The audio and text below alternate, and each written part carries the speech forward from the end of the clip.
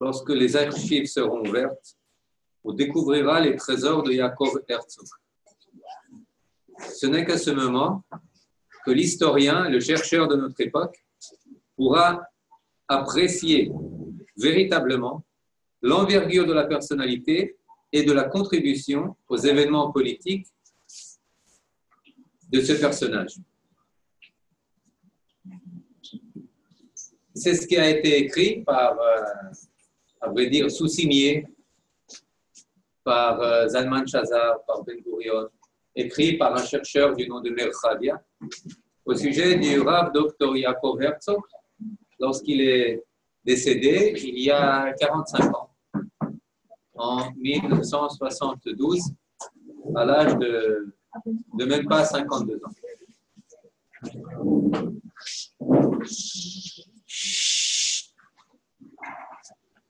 Et là, les 50 ans vont bientôt s'écouler. Les archives s'ouvrent. Et c'est pour ça que je me suis aussi permis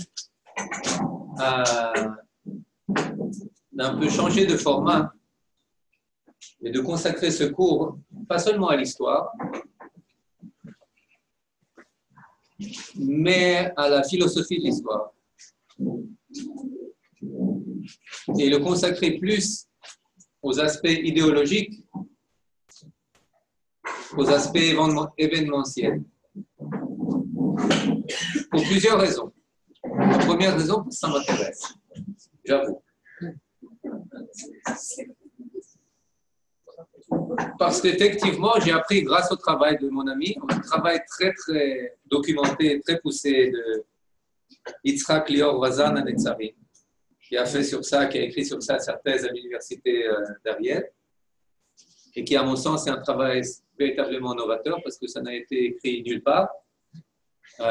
Et pour cause, pas parce que les gens négligeaient, mais parce que les archives véritablement n'étaient pas ouvertes et que la seule chose qu'on avait au sujet de Yaakov Herzog, c'était un recueil de ses discours, il n'avait pas vraiment d'écrit, ses carnets étaient encore interdits de publication, et c'est véritablement seulement ces dernières années que les choses commencent à être révélées. J'imagine que ce n'est pas la première recherche, ce n'est pas la dernière recherche qui est faite à son sujet.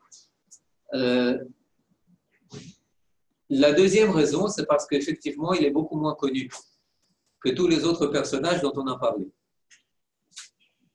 Jabotinsky, Ben Gurion, Herzl, le Rav Kook. On leur a consacré, tout d'abord, ils sont assez connus.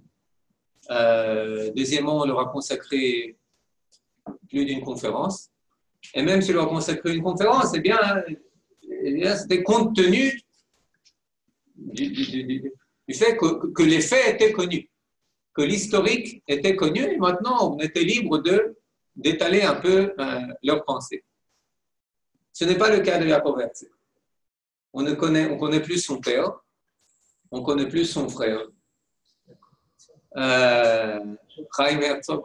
On connaît plus la famille. Lui, bien qu'étant véritablement le plus prometteur de toute la famille, est le moins connu. Tant autant de ce qu'il a fait qu'au niveau de ce qu'il a pensé. Chaim, c'était son père. Chaim, c'était son frère. Son frère. Son père, c'était Arav Yitzhak Isaac Herzog. Troisième chose, et qui me semble la plus importante, c'est que c'est un personnage unique dans sa capacité à faire le lien entre le politique et le métaphysique, entre le spirituel, entre la croyance, entre la vision et son application dans les détails les plus fins de la réalité politique, économique, internationale, terrestre, étatique.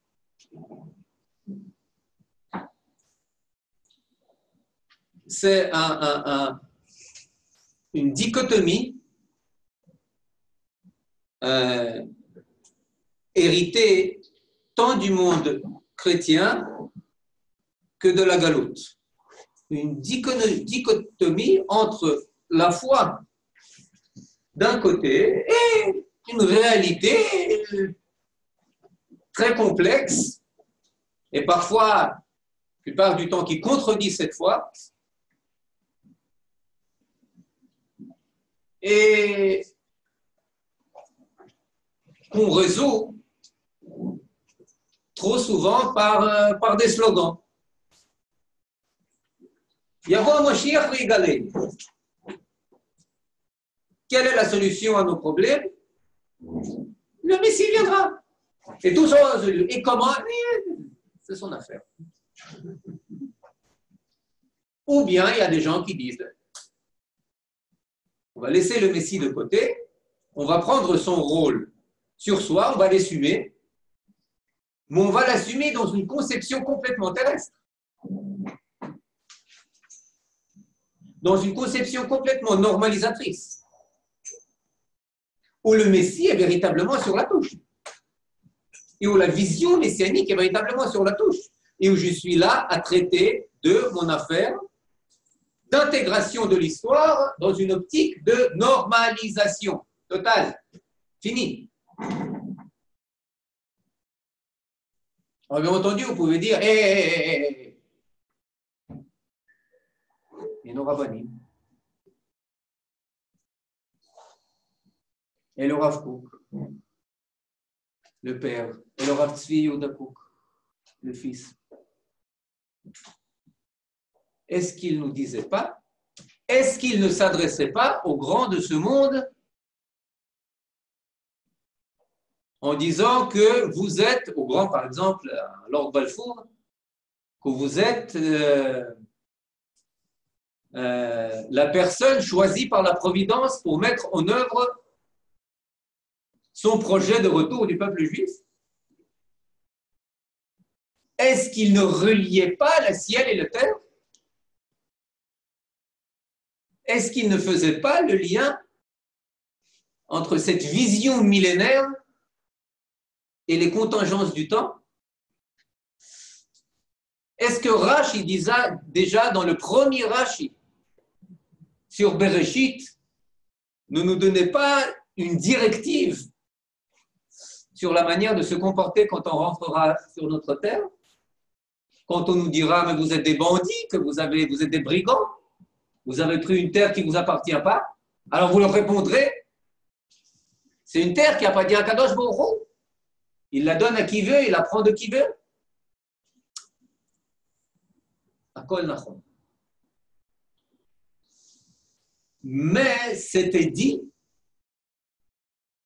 comme le disent des rabbins impliqués, des rabbins qui comprennent ce monde, mais dans des termes de la Torah. Le Rav Yaakov Herzog le dit aussi dans les termes de la diplomatie. Il le dit dans les termes de la politique mondiale.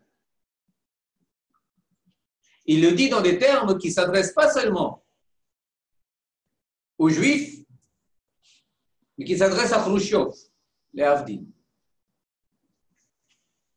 qui s'adressent à Lyndon Johnson, qui s'adresse à De Gaulle et qui s'adresse à Melech Hussein.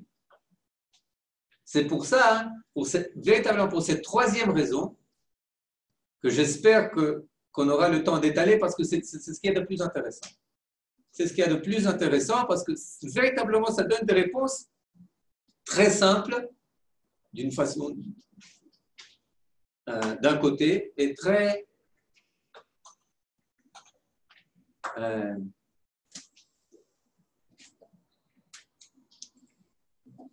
incontestable au problème qu'on résout toujours 70 ans après l'indépendance et 50 ans après la véritable indépendance. C'est-à-dire la libération et une fixation de Jérusalem.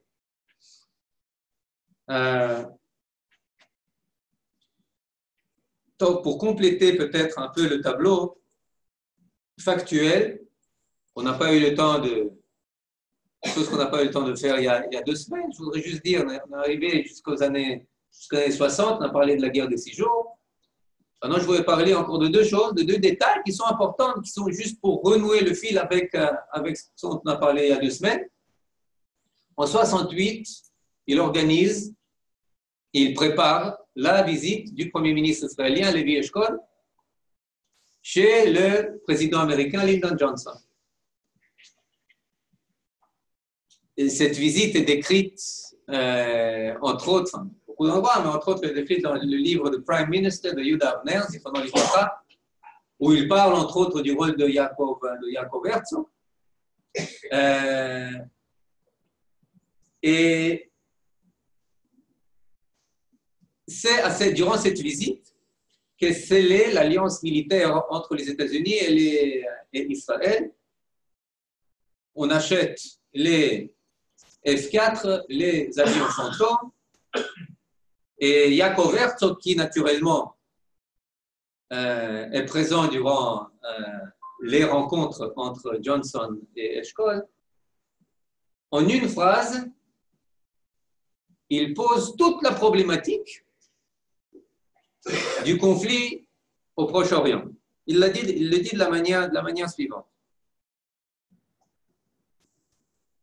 Entre parenthèses, je dis qu'à l'époque, il y avait naturellement aussi immédiatement une initiative diplomatique avec l'émissaire international du nom de Yaring, je ne sais pas comment on le dit véritablement en français, Yaring qui était aussi pour des concessions, des territoires contre paix, etc., etc.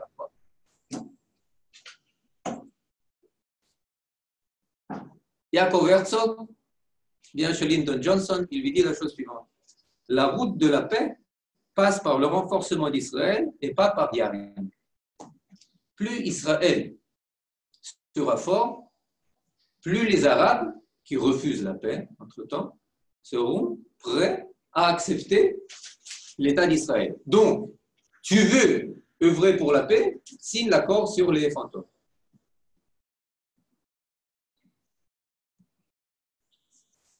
La même année, il organise une conférence économique internationale où il mobilise tout le capital juif qui peut être mobilisé au profit d'Israël. Ce seront des conférences qui vont être ensuite tenues d'année en année. Pourquoi je dis ces 2 points? C'est pour dire en fait qu'il agit sur tous les plans. Il agit sur tous les fronts. Il agit sur le front diplomatique, il agit sur le front de la défense, il agit sur les fronts des négociations pour la paix, etc.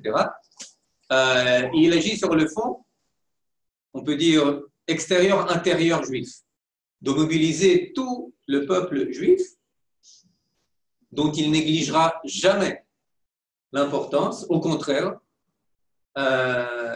autour de l'État d'Israël.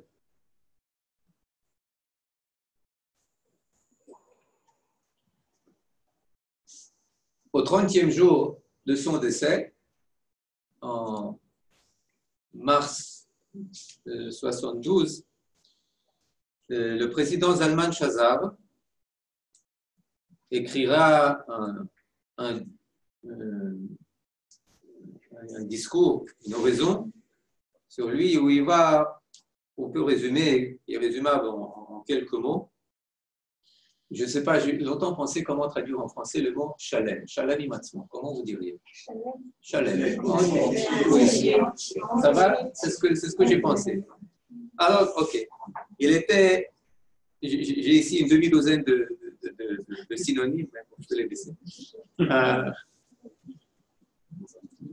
Il était entier avec soi-même, entier s'identifiant en cohésion totale avec sa génération, avec les générations de ses pairs, et, continue le président Shazar, ce qui est encore plus rare, entier avec son créateur. Shalem imkono. Ce qui est encore plus rare de notre temps, on parle des années 70. Grâce à tout cela, à toute cette entièreté, il était entier aussi avec l'idée de l'entièreté de la perfection de son peuple. C'est-à-dire, il avait tous les degrés de perfection et d'entièreté. En d'autres termes, pour le reformuler dans le langage, peut-être un langage qui vous est peut-être un peu plus proche, compte tenu des limites des capacités de traducteur, on pourrait dire que véritablement, il était à la hauteur de tout. Il était à la hauteur de ce qu'il attendait de soi-même, de ce que ses pères attendaient de lui. Il était à la hauteur de la Torah. Il était à la hauteur de la génération de la délivrance, de la génération du retour. Il était à la hauteur de son peuple dans toutes ses façons d'être. Dans toutes ses façons d'être. Chose unique. Et c'est pour ça qu'il était capable de réunifier et de faire le consensus et d'être capable de travailler avec les Juifs de tous bords. Absolument tous bords. Et les goïms. Tous. Pourquoi? Parce que chez chacun, il savait toucher au, comme on dit en hébreu, au louz, au noyau intérieur. Parce que lui-même évoluait au niveau de son noyau intérieur. Et maintenant, bon, ça c'est beaucoup de paraphrases. Je voudrais toucher au cœur de sa vision du monde. Trois principes clés, on en a parlé la dernière fois. Maintenant, on va un peu les détailler.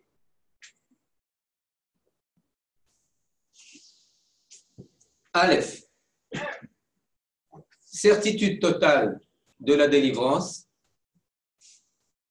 de la Géoula qu'on vit avec la renaissance de l'État d'Israël, le retour des exilés. Deuxième chose,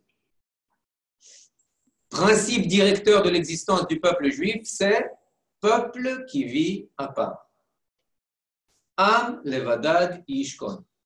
Prophétie de Bilam, un peuple qui vit par des lois, par des règles, dans une histoire qui intègre l'histoire mondiale, mais qui est à part, qui est inséré, mais qui fonctionne d'après ces paramètres, les paramètres qui sont propres à elle.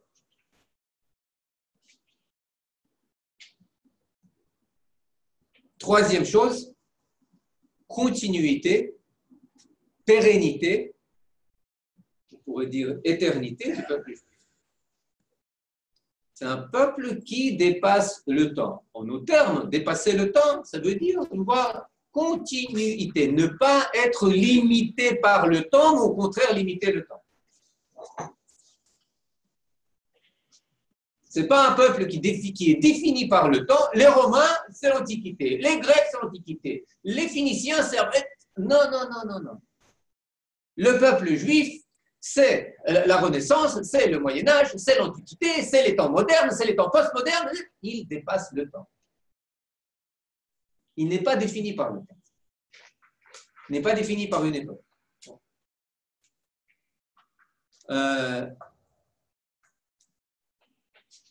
Première chose, certitude de la délivrance. On en a parlé, je pense que c'est ce à quoi on a consacré le plus de temps à la dernière rencontre. C'est pour ça que je vais être bref.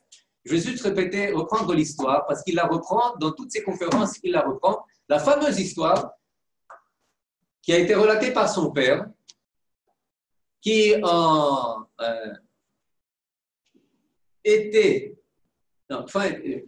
automne 1941, était aux États-Unis. Accueilli par le président Roosevelt, se daigner lui diront où tu vas en Israël, reste ici.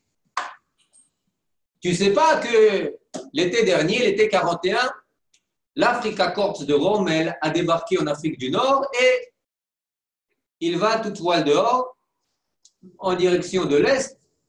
Il va bientôt prendre la Palestine. Reste ici.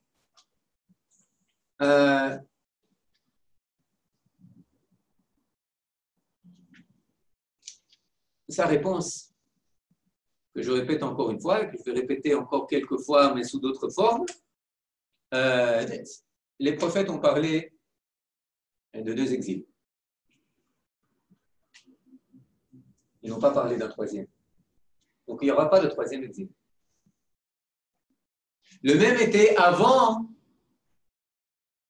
de partir aux États-Unis, il parle à Rehovot,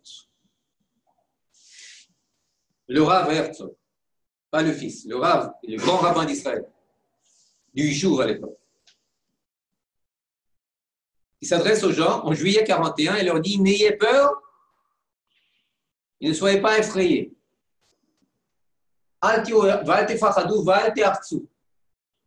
Citation: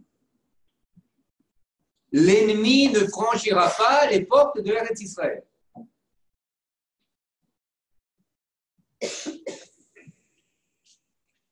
Il est critiqué pour cela. Il le dit alors que les armées allemandes, les Marschmann, commencent déjà à mettre en œuvre la solution finale, qui n'est pas encore appelée de cette manière, parce que Wannsee, c'est un peu plus tard.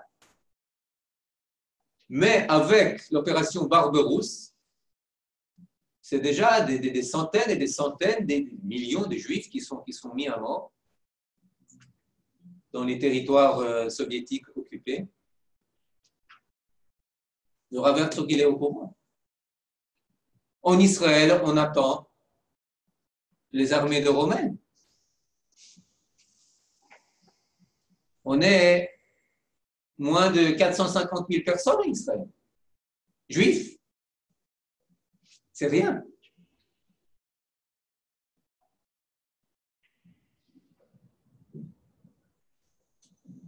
Et lui, il dit: non, non, non.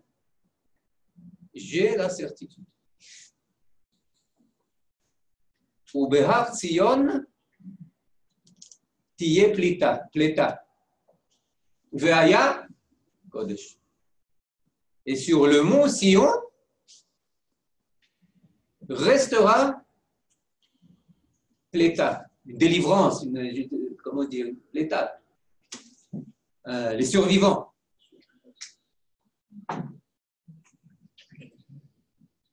Son fils raconte que les rabbins sont adressés à lui. Il dit: mais dites-moi, mais d'où est-ce que votre père, le Rav Herzog, était si certain que Rommel serait arrêté? Les Allemands, ils venaient, ils essayaient de nous prendre en tenaille par le Caucase d'un côté et par l'Afrique du Nord d'un autre. Rien n'a marché. D'où vous puisiez cette certitude? Alors il part, il s'appelle Yaakov. Alors il cite de la paracha de la vente de Yosef et du Midrash Bereshit Rabbah sur la vente de Yosef. Ou lorsque les frères ayant vendu Yosef viennent annoncer à Yaakov que c'est à ton fils, cette chemise.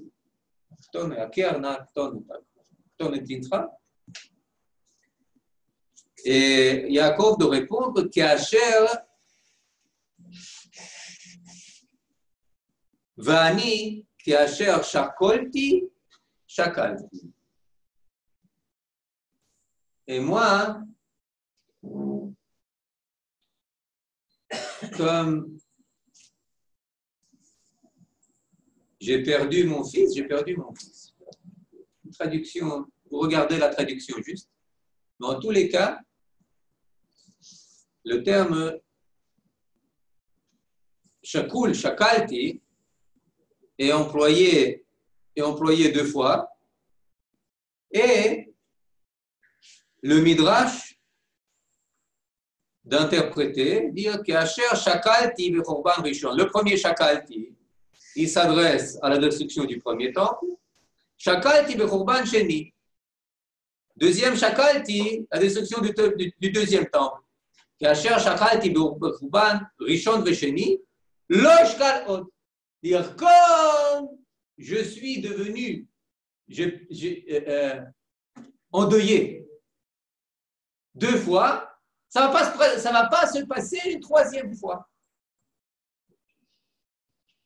Il n'y aura pas de troisième deuil. Il y a le premier deuil sur le premier temple, le deuxième deuil sur le second temple, il n'y a pas de troisième deuil. Yaakov qui est Israël, Shakal Ba'amayim, endeuillé deux fois, pas trois fois.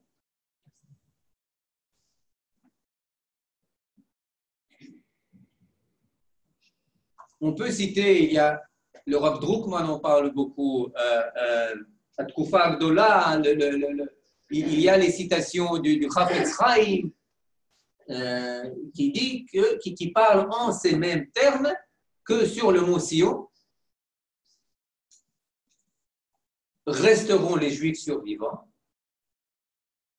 et que la Tzara, les problèmes ne nous atteindront pas en Eretz Israël. C'est une certitude absolue. Et lorsqu'il parle de l'influence de son père sur lui, il parle avant tout de ce point-là. Donc, deuxième point.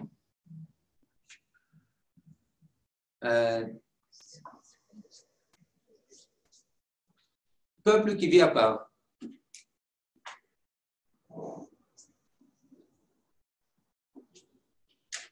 On a déjà vu que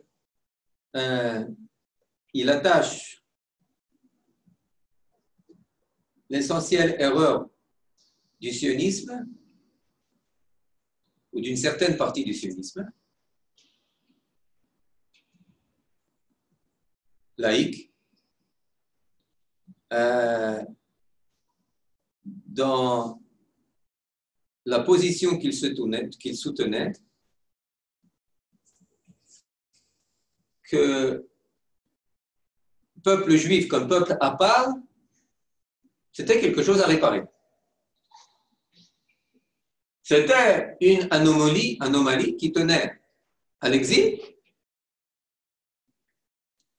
et le retour sur la terre, sur sa terre, eh bien, devait naturellement l'annuler, la neutraliser. Et il dit que cette théorie du sionisme laïque était peut-être une des théories qu'on a mis le moins de temps à infirmer, à prouver comment dire, qu'elle ne tenait pas l'eau. Son invalidité, merci. Parce que véritablement, être un peuple qui vit à part, c'est le concept le plus naturel qui puisse être au peuple juif. Am levadad ishkom. Pourquoi? Tout d'abord, c'est une donnée de la réalité. C'est une donnée des faits, même une donnée internationale. Regardez, il y a l'OTAN, on fait partie de l'OTAN. Il y a l'Europe, on ne fait pas partie de l'Europe. Il y a le pacte de Varsovie, on ne fait pas partie du pacte de Varsovie. Il y a l'Union des pays africains, des non-alignés, on ne fait pas aucune. Et même maintenant, l'UNESCO, on a compris que ça ne valait pas la peine de faire partie. Vous comprenez? Alors, on a eu le temps juste à attendre. Vous comprenez? Au niveau le plus élémentaire, Même quand on essaie de nous mettre dans une ligue de football, on ne sait pas où nous mettre dans les qualificatifs. Est-ce que c'est l'Asie, c'est l'Europe, c'est l'Afrique? Non, mec, le Moyen-Orient, ils ne nous acceptent pas. Alors, c'est un peuple qui est là, même quand on veut nous attacher à un continent. Alors, qu'est-ce que c'est? Alors, les Européens disent, non, vous êtes l'Europe, vous êtes l'Asie, vous êtes l'Afrique. Décidez, il y en a même qui veulent nous attacher aux États-Unis, je ne sais pas. Mais même au niveau géographique, on ne sait pas où nous mettre. Alors qu'on est très petit, on ne prend pas de place.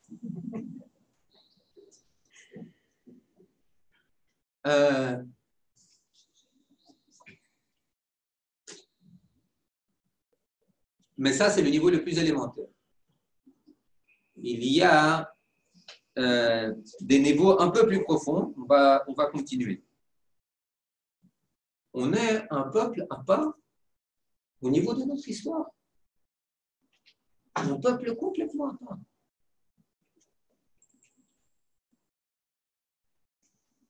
Vous regardez tous les autres peuples. Qu'est-ce qui est d'abord venu? Comment s'est formé, je ne sais pas, l'Italie, l'Angleterre, la France, l'Allemagne, l'Espagne. D'abord, pendant des centaines et des centaines de siècles, un groupe social s'est côtoyé sur un même territoire, s'est guerroyé, a commercé, etc., etc., etc. Et après 1000 ans, ils se sont dit, ouais, on a développé une conscience commune. Italia una. Il fallait attendre Garibaldi pour dire ça. Dante l'avait déjà perçu, mais il était seul à l'époque. Alors, à l'époque de Garibaldi, après avoir guerroyé, après avoir partagé la même langue, la même religion, la même les Italiens ont décidé, ouais, il est devenu temps de donner à notre structure économique la superstructure. Et vous regardez tous les autres peuples, c'est le même modèle. Sauf un. Il y a le peuple juif. Il n'a pas le même territoire, il n'a pas la même économie, il n'a mené aucune guerre, etc., etc., etc., etc. La seule chose qu'il a en commun, c'est son aspect spirituel. Il a une langue commune qu'il ne parle pas. Il a une terre commune qu'il n'habite pas. Vous comprenez? Etc., etc. Mais il a une conscience qui lui donne la force de réintégrer sa structure. C'est-à-dire, il fait exactement le chemin inverse. En parlant en termes marxistes, les peuples, ils vont de la structure ou de l'infrastructure à la superstructure, et les juifs de la superstructure à l'infrastructure. Ils vont du spirituel au matériel et le monde du matériel au spirituel. Tout va chez les juifs à contresens. Complètement. On va y revenir après. Vous comprenez? Les peuples, 20e siècle, 19e siècle, quel est leur droit à leur État? On va y revenir après. L'autodétermination. Qu'est-ce que ça veut dire détermination? Tu habites ici? Oui. Donc tu as droit à un État. Et nous, qu'est-ce qu'on dit? On a le droit parce qu'on habite ici. Pas vraiment. Pas vraiment. Ah. Parce qu'on revient. Parce qu'on revient. Parce qu'on n'a pas oublié. C'est un bon droit, vous n'avez pas oublié. Ça va pour les chansons romantiques. Mais pour avoir droit à un État, l'autodétermination, ça ne marche pas chez les Juifs. Cela ne marche pas. Il faut prendre un autre appui spirituel.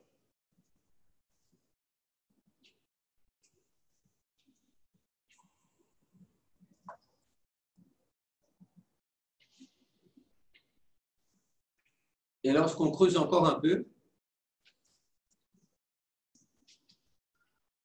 on voit que assumer notre nature de peuple à part, c'est ce qui est à la fois source de notre droit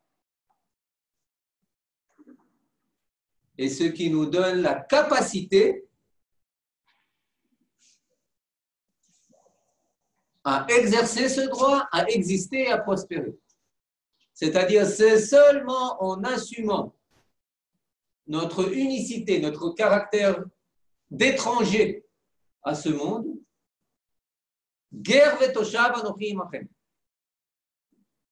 notre capacité à venir au monde et dire Chaverim, je suis différent, mais je ne suis pas différent à la Benetton. Je ne suis pas juste une autre couleur. Différent à la manière dont les Lettons sont différents des Géorgiens. Non. Ma différence, c'est une différence qualitative, c'est une différence de fond, c'est une différence de nature. J'ai une autre origine, slicha. J'ai une toute autre origine.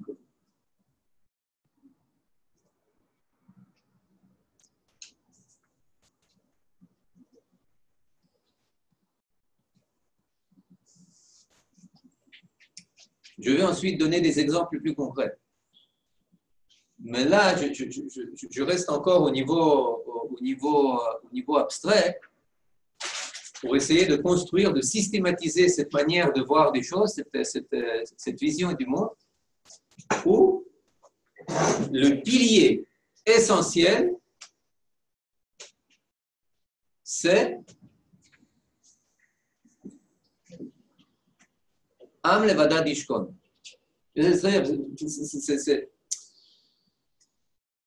On aurait pu choisir, il aurait pu choisir beaucoup d'autres phrases. Mamlechet Kohanim vegoy kadosh. Un peuple, un royaume de prêtres, un peuple saint. Il y a beaucoup de phrases très très fortes dans la Torah. Mais ce n'est pas pour rien qu'il a choisi cette phrase. Parce qu'il me semble qu'elle est la plus applicable.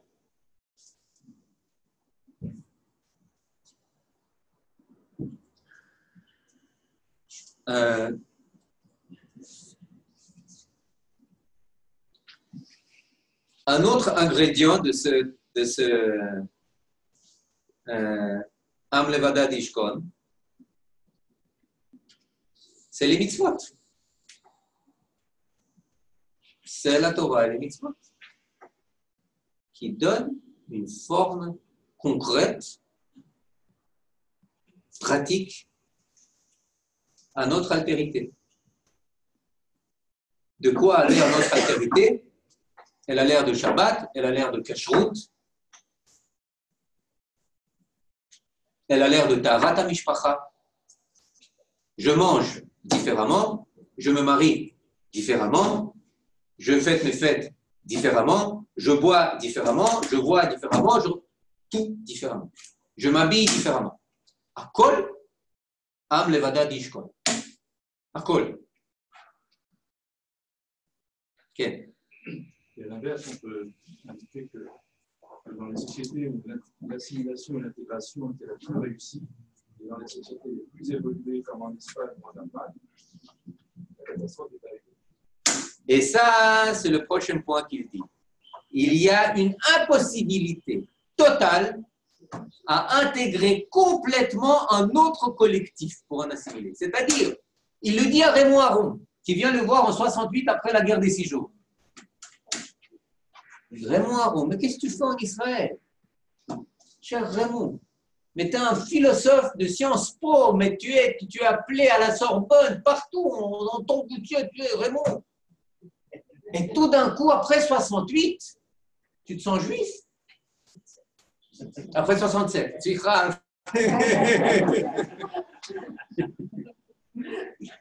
Parce qu'il est venu en 68, oui. Peut-être pour fuir sur les pavés de la plage. Et après 67, c'est-à-dire qu'après tous tes efforts de passer pour un philosophe français des Lumières et du Choum Davar, t'es resté juif. Au moment où ça a éclaté, la guerre des 6 jours, oui, c'était Racine qui t'ont rappelé à elle. Et c'est ça qu'il dit. C'est que, et il cite pour cela un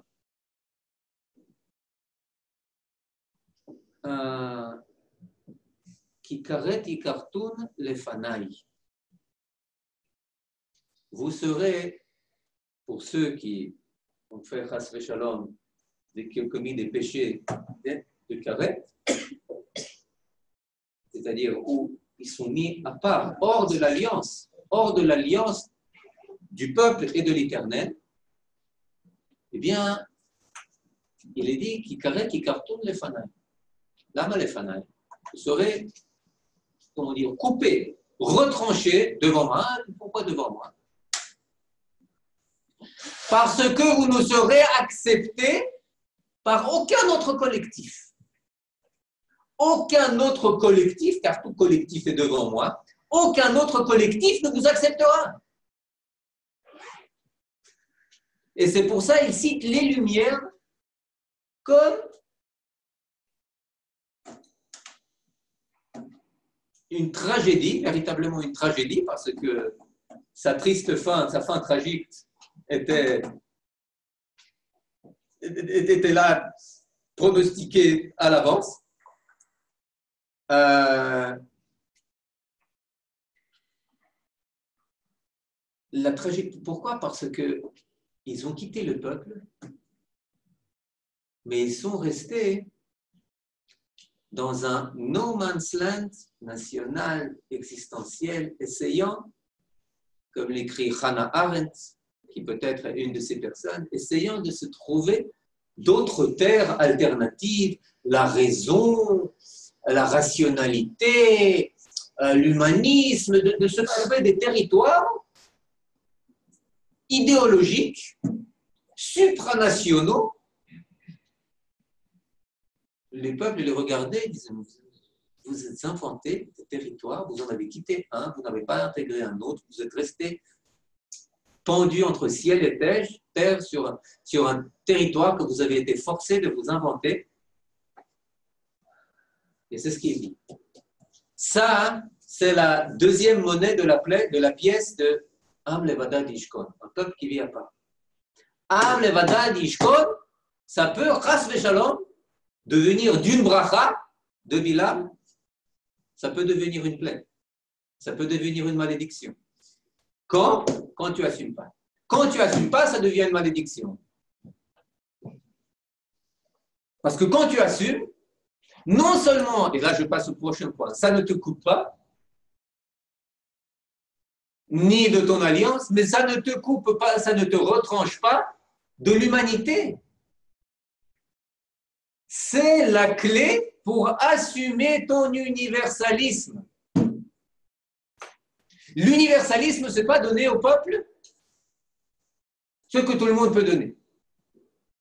Ils ont des Ferrari, nous aussi on va construire des Ferrari. Ils ont de la belle lettre, nous aussi on va faire des belles lettres. Ils ont, je ne sais pas moi, des pointillistes, nous on va faire des impressionnistes. Ça, ils peuvent le donner sans toi. Ils ont 12 prix Nobel, je vais leur en donner encore 15. C'est S'il n'y avait pas tellement de prix Nobel juifs, eh bien, croyez-moi, je ne sais pas, moi, les Hongrois ont eu plus de prix Nobel, les Français. On aurait inventé ce que les Juifs ont inventé.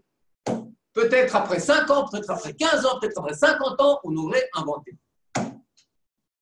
Alors les Juifs, ils ont des habitus qui leur font comprendre les manières abstraites plus vite que les autres. Mais les autres auraient compris. Ils ne sont pas bêtes. Non. Ce n'est pas pour ça qu'Akadosh Baruch Hu a mis sur terre le peuple juif. Le monde a besoin du peuple juif pour qu'il lui donne ce que le monde ne peut pas donner. Par exemple, des étalons de moralité. Par exemple, des concepts. réel, providence, création, à l'image de Dieu, par exemple.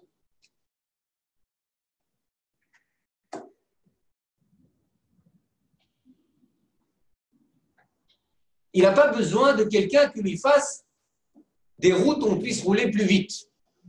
Le monde a besoin de quelqu'un qui lui donne des directions. Où aller? Où aspirer? Vers quoi et vers qui aspirer? Tikkun olam b'malchut Shaddai. Perfectionnement du monde. Pas seulement au niveau matériel. Au niveau moral, au niveau spirituel, au niveau humain.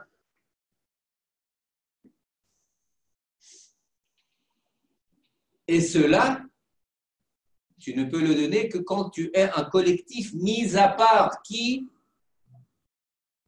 offre un modèle de cette société où ces directions, ces valeurs, cette moralité sont mises en œuvre.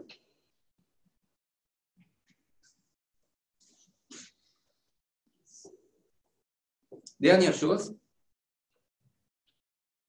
c'est que par nature, et de par son caractère à part, le peuple juif est destiné à la confrontation. À la confrontation avec tous les empires qui aspirent eux aussi à l'universalisme et à une idée messianique de Tikkun Olam. C'est-à-dire que du moment que naît le christianisme, la confrontation est inévitable. L'islam, confrontation inévitable.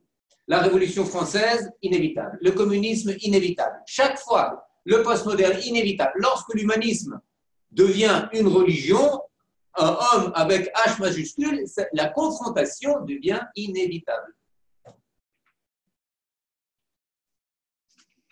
Pourquoi? Parce qu'ils prennent notre rôle.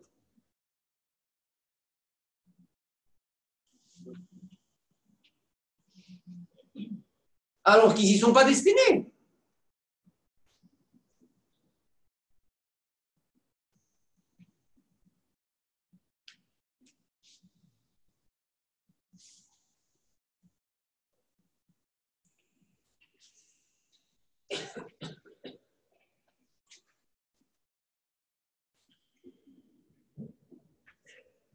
Et c'est pour ça que tout ce qui se passe avec le peuple juif, et surtout en Eretz Israël, a une portée globale, a une portée universelle, mondiale.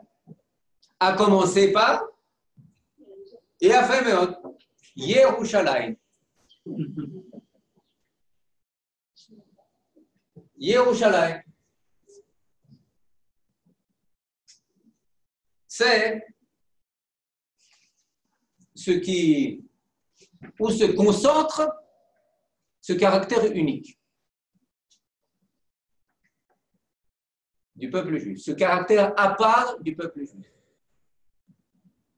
Et c'est pour ça qu'il dit que la libération de Jérusalem, ça va faire des vagues énormes.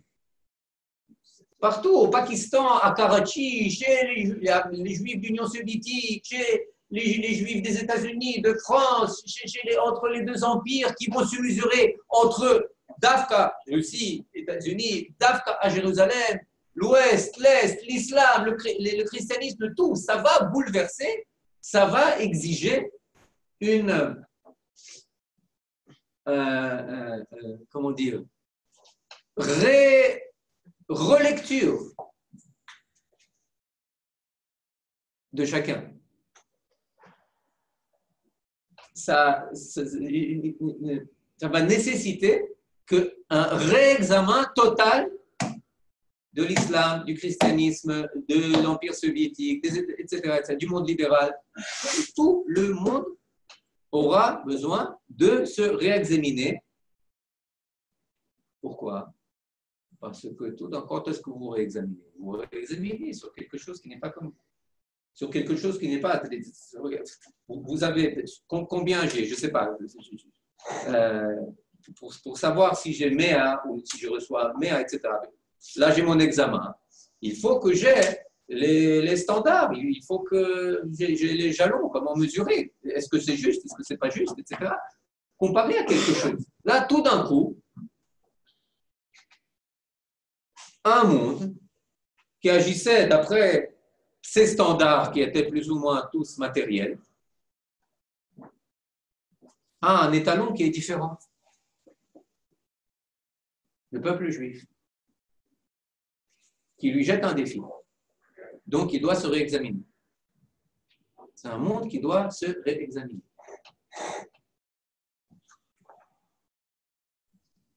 Peut-être notre conception de la réussite n'est pas bonne, notre conception de justice n'est pas bonne, notre conception du droit des nations, etc., n'est pas bonne. Peut-être que les Juifs qui reviennent à Jérusalem, qui est connu, dont la vocation universelle est connue, peut-être que c'est cela qui doit redevenir le centre du monde et pas Bruxelles, pas La Haye, pas New York, pas Moscou, pas je ne sais pas quoi. Peut-être le centre de gravité du monde est bien tout.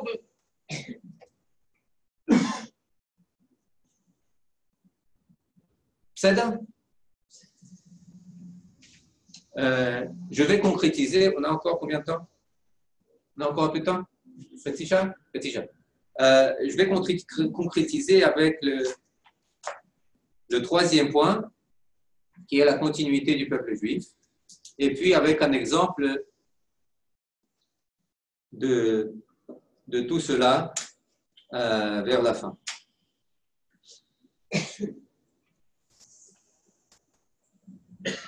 Il dit dans le livre, je vais dire par un exemple pour le faire de manière plus facile. Et il a parlé avec les Chinois, qui nous respectent beaucoup parce qu'ils voient qu'on a en commun l'âge.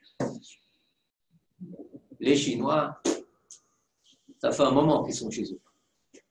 4000 ans. Alors, ils nous respectent.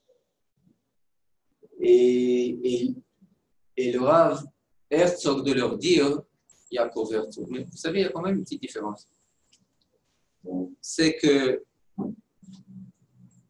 admettons que Confucius, qui a vécu il y a près de 2200, je ne sais pas exactement, 200 ans, renaisse aujourd'hui.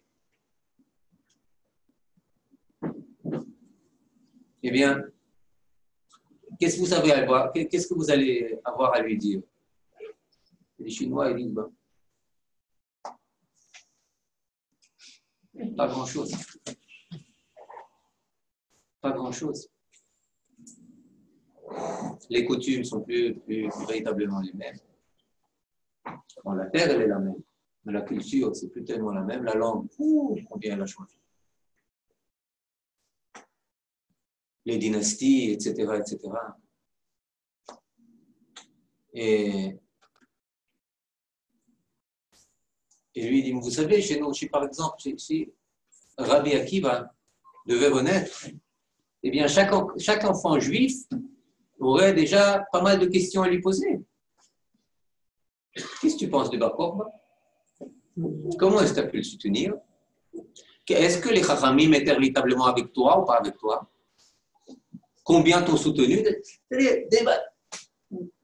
Mettre les mêmes tfilines, parler la même langue, pratiquer la même religion, espérer la même fin, Acharit Hayamim, s'appuyer exactement sur les mêmes sources, dont une des sources essentielles, c'est Rabbi Akiva en personne. Qu'est-ce que ça veut dire? Ça veut dire qu'il y a une pérennité, il y a une continuité de la langue, il y a une continuité de la terre, il y a une continuité d'attache à cette terre, de présence sur cette terre. grande ou petite, de règles de vie, de vision du monde, de prière, de Kadosh Baruch Hu.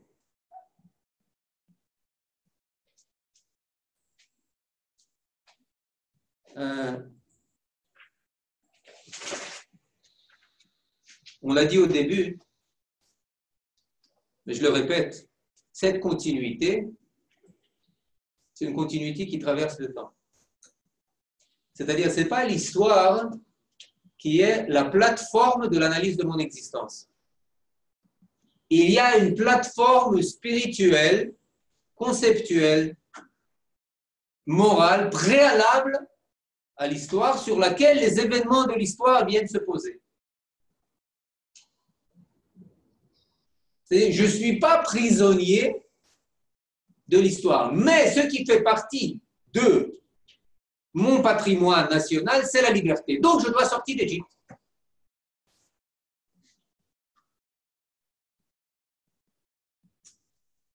Maharal Mefourash.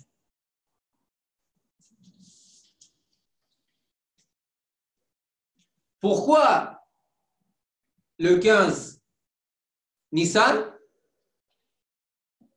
Il y a aussi à cela une réponse. C'est-à-dire, les faits historiques viennent révéler la structure spirituelle profonde de mon calendrier. Le monde ne peut pas exister sans don de la Torah. Donc la Torah doit être donnée dans l'histoire.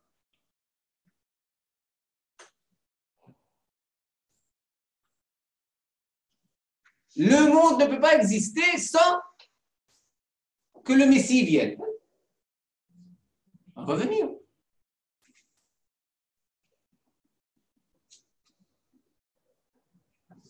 C'est-à-dire que l'histoire,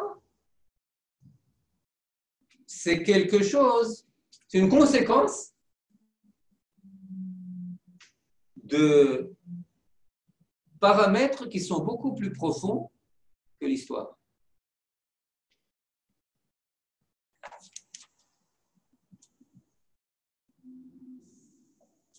Et il dit, par exemple, que le problème avec les Arabes, véritable, ce n'est pas un problème territorial. Ce n'est même pas un problème religieux au niveau superficiel. Il dit c'est un problème de conception de la manière dont on conçoit le temps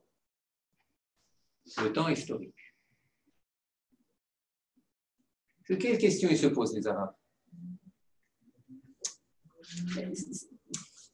Ces Juifs qui sont là maintenant, ils datent de quand? Mais ils datent de quand, ces Juifs-là? Mais vous comprenez, ils datent de quand? De quelle époque? Parce que s'ils datent de Abraham, Yitzhak et Jacob, alors, s'ils datent de Karl Marx, eh bien, c'est comme une tempête. Ça va passer. Mais s'il date de Abraham, pas là. Ça veut dire j'ai à refaire mes devoirs. Ça veut dire que c'est quelque chose, un défi beaucoup plus profond. C'est la question qui se pose à Téhéran, c'est la question qui se pose au Caire, c'est la question quand vous écoutez les spécialistes véritables, et l'un des plus grands spécialistes véritables du monde arabe, c'était le Rav Yaakov Ber, la question qui se pose, mais qui sont ces Juifs? De quand ils datent? Demandez à Dr Eliezer Cherki, de quand ils datent ces Juifs?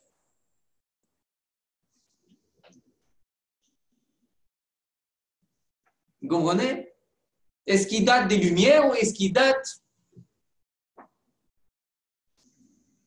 d'Abraham, Yitzhak et Yaakov, de Moshe Rabbeinu?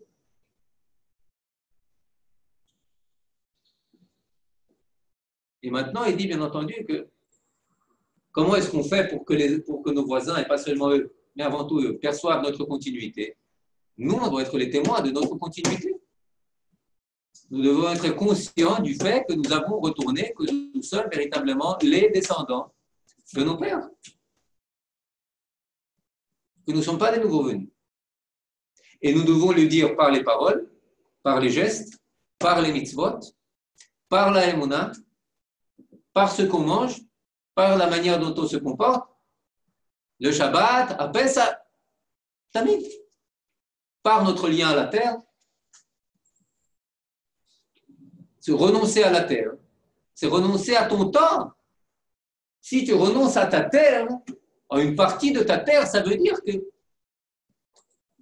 tu n'es pas le descendant de celui à qui était promise sa terre. Sinon, tu ne renoncerais pas.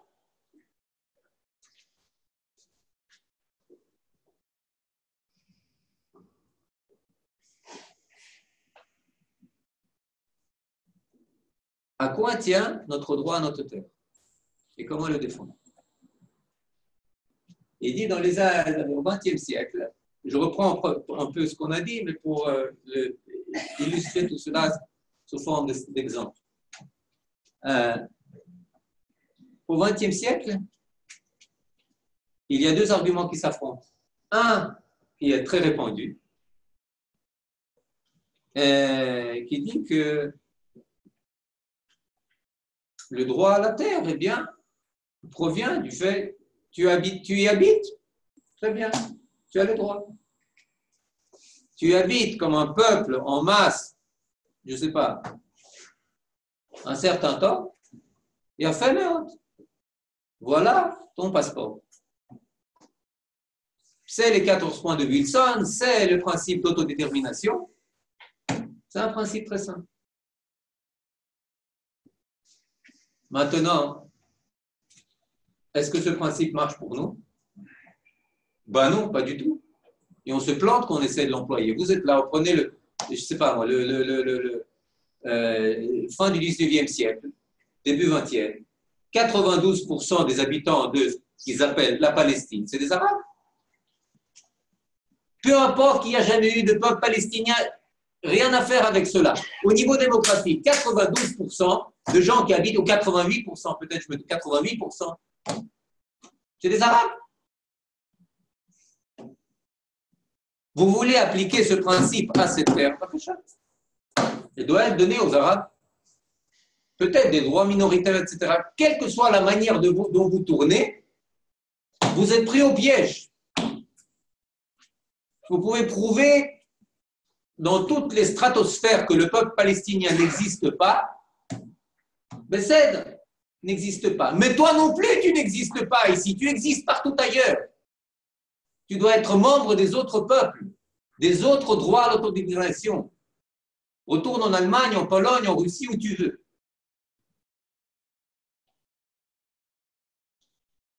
Tu ne peux exiger ton droit qu'en t'appuyant sur un principe qui dit que, mais, chers amis, vos règles, c'est très joli, mais pour moi, elles sont absolument impertinentes. Pourquoi? Parce que je suis un peuple qui vit à part. Je suis un peuple qui vit par d'autres règles. Quelles sont mes autres règles? Regardez mon histoire.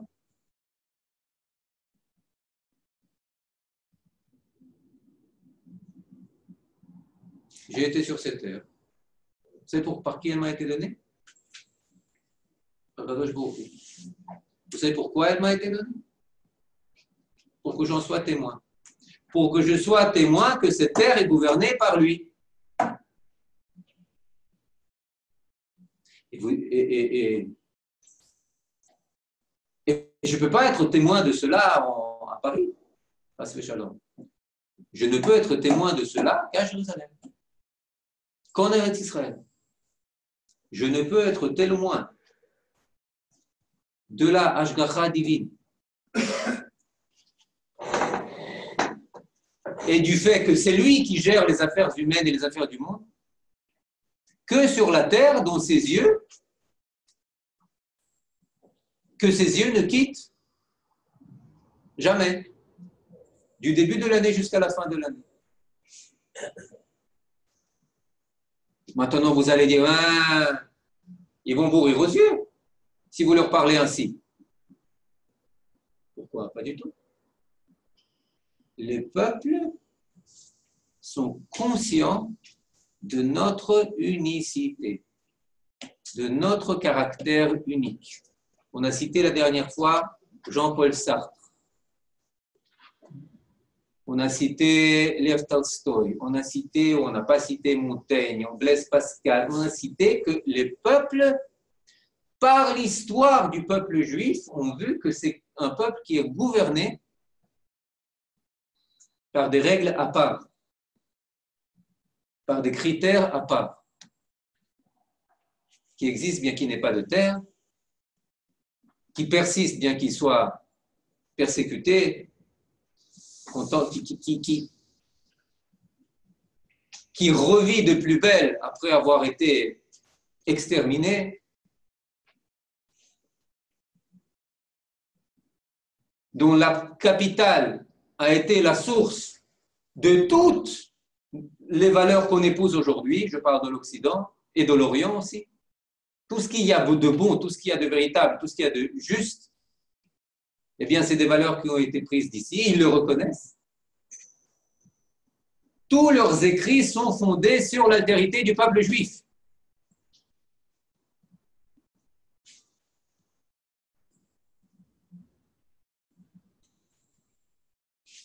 Tu ne peux acquérir ton droit à cette terre qu'en étalant ton adhésion totale à ton altérité.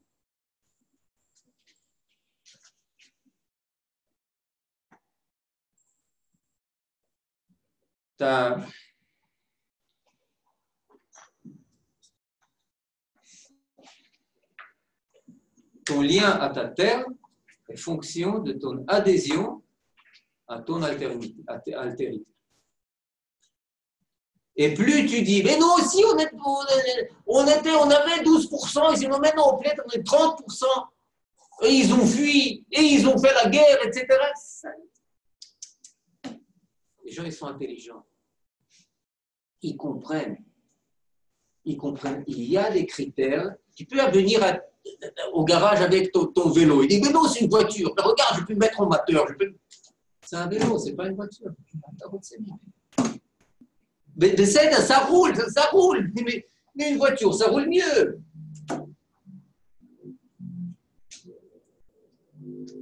C'est pas une voiture. Tu dis, tu sais quoi? Je suis d'accord, c'est pas une voiture, c'est un vélo. C'est un vélo, très bien. Alors là, pour un vélo, tu as la route pour les vélos. Mais tu ne peux pas rouler avec ton vélo sur l'autoroute. On t'écrase. Alors, tu peux mettre tous les moteurs possibles et imaginables sur ton vélo. Il est même parvenu à dépasser ma Ferrari. Mais il n'a pas sa place sur l'autoroute. Il n'a pas sa place. Il a pour lui le truc pour les vélos. L'exemple, il est un peu, je sais pas, il vaut ce qu'il vaut. Pardon? Il vaut ce qu'il vaut, il n'est pas génial, vous comprenez, mais c'est pour parler d'altérité. Seulement, sous-titre, c'est pour ne pas dénigrer l'égoïsme, parce que c'est véritablement, c'est pas pour les dénigrer, ils attendent qu'on assume notre altérité. Et il finit en disant, c'est pas pour rien que Rashi commence Bereshit pour nous dire la manière d'acquérir notre terre. Qu'est-ce que c'est ça? Et écrit, c'est bientôt,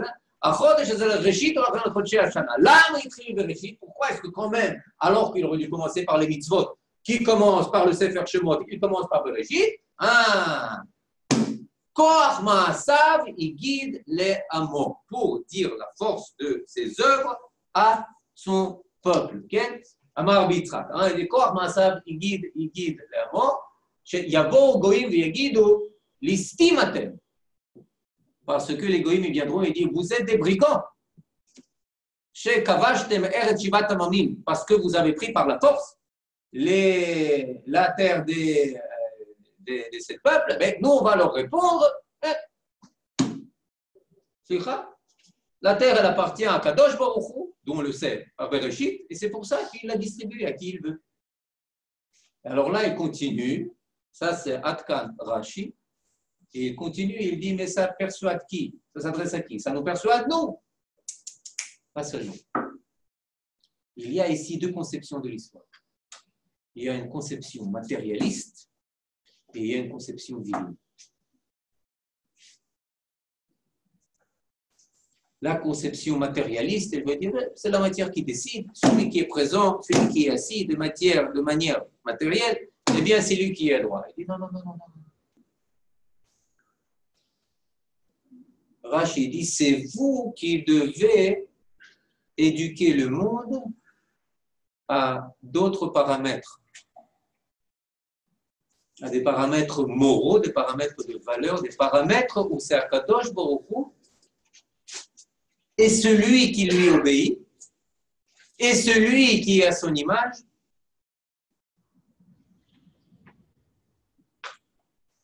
qui obtient sa terre. C'est ça qui donne droit. Ce n'est pas un rapport de force, c'est un rapport de justice. Ce n'est pas un rapport de proximité à la terre, c'est un rapport de proximité à Kadosh Baruch Hu.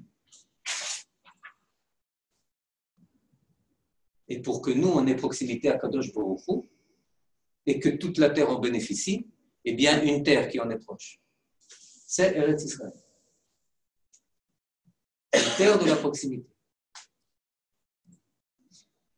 La terre du choix. La terre qui est aussi une terre à part. Un peuple à part a besoin d'une terre à part, qui est régie par des règles à part, par une agriculture à part, par des précipitations à part.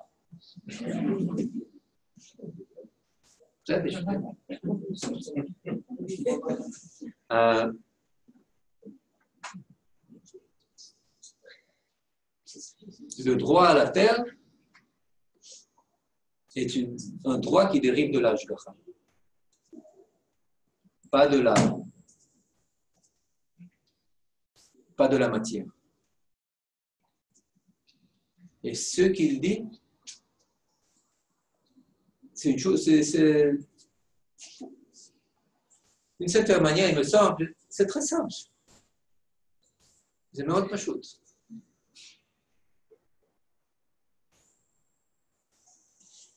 Mais c'est une langue à acquérir. C'est pas audible par le peuple. C'est pas audible. En particulier, encore plus aujourd'hui qu'hier. C'est pas cette mentalité.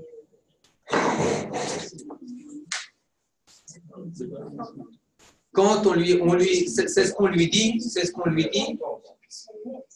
qu'on lui dit chaque fois, il dit, croyez-moi. 20 ans après avoir commencé à parler ainsi, 48, je cite, paraphrase, je suis encore beaucoup plus convaincu que c'est la seule chose qui est audible. Pourquoi? Parce que sinon, vous venez en dos de quoi? Le seul droit, le droit à l'autodétermination du fait de notre présence, il n'est pas là. Le droit historique, mais nous répond Toynbee. Avec vos droits historiques, si les Vikings maintenant exigeaient la Bretagne, la Grande-Bretagne, 1500 ans après, si les Indiens venaient maintenant réclamer Montréal, mais de quoi le monde il aurait l'air? De quoi le monde il aurait l'air? Alors vous, après 2000 ans, vous venez réclamer. C'est ce que vous avez dit, Ben Gurion devant la commission PIB. Oui. Le Tamar, c'est mon mandat, et c'est accepté par la commission. C'est la seule chose qui peut être acceptée. C'est là où il y a... Enfin, je comprends. Je comprends que tu es différent. Vous comprenez? Parce que c'est ça la chose. Mais le défi, c'est pour nous. C'est de le dire. Croyez-moi, Donald Trump, il le comprendrait très bien. Il le comprendrait très bien. Poutine, je vous je vous le promets, on parle de Hanouka. Je me rappelle, il était, je ne sais pas dire avec qui, avec un rabbin. Là-bas, il parlait, qu'est-ce que c'est que Hanouka? Et l'autre de lui dire, miracle des lumières, etc. Des lumières, mais petites lumières. J'ai cru savoir qu'il y avait quand même aussi, il s'agissait de victoires militaires, non? Des Juifs sur les Grecs, non?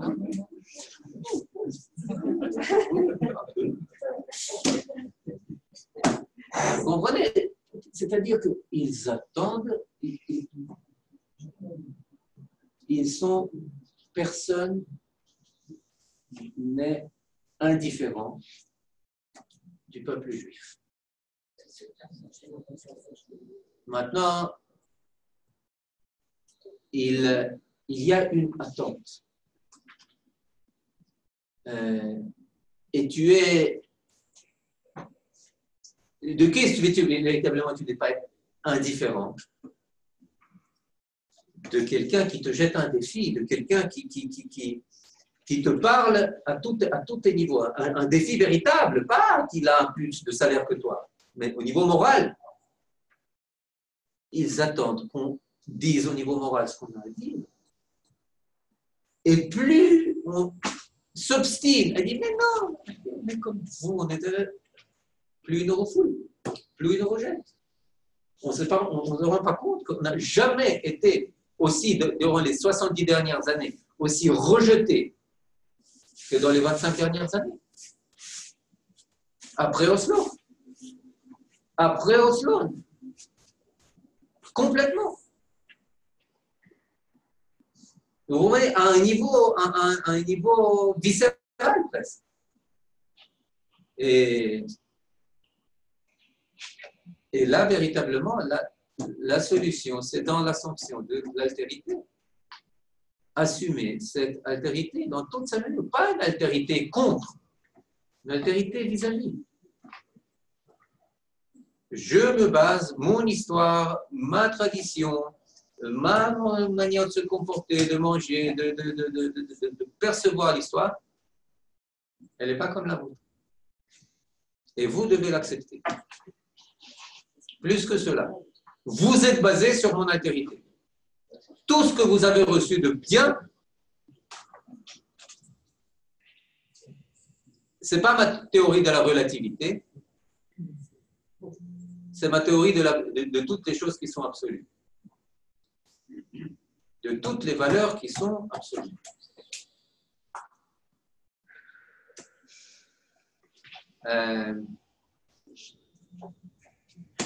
Arabe Dr. Yaakov Herzog.